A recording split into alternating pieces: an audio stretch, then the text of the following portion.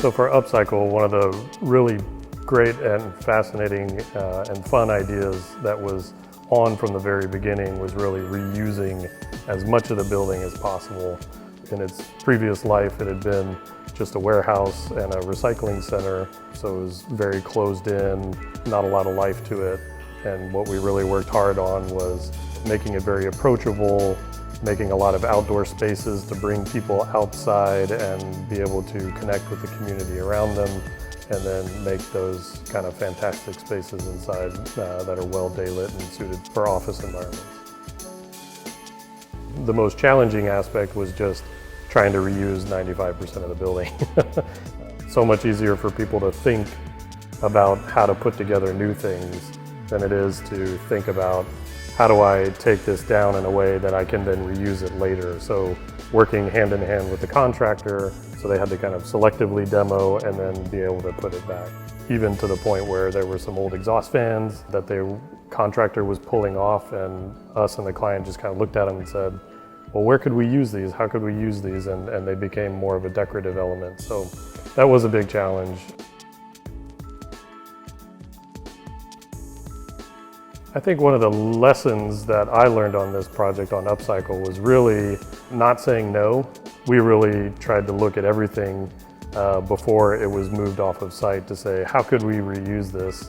And how could it fit into not just the aesthetic, but the overall kind of environment that we were creating. So we wanted to transform it in a way that really brought the building up from its past kind of towards its future. And there was always this belief that this project should fit within its existing context. So the scale of the neighborhood, it's a building that's been there for 40, 50 years.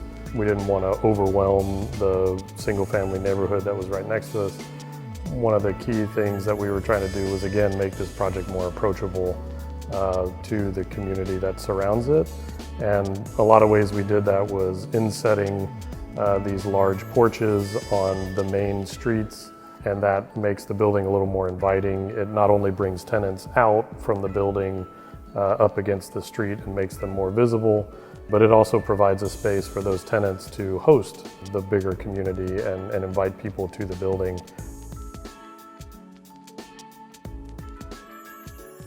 Our client and us were very aware of developing in East Austin and not trying to make it just like any other part of the city. Everybody loves East Austin for its character, for its vibe, for its uniqueness, and that's something that us and the client really wanted to maintain in this project. It sat vacant for a long time, and it was used as kind of a guerrilla art exhibition space, and so there was a lot of graffiti art actually found on the premises. We ended up reusing a lot of that artwork and ended up finding some of those same artists that had left art in the building a long time ago, and they came back and did the artwork on the structure. I think the reuse story is both the most challenging part, but then also the most rewarding in the end, because you end up with a product that I think really celebrates the neighborhood that it's in.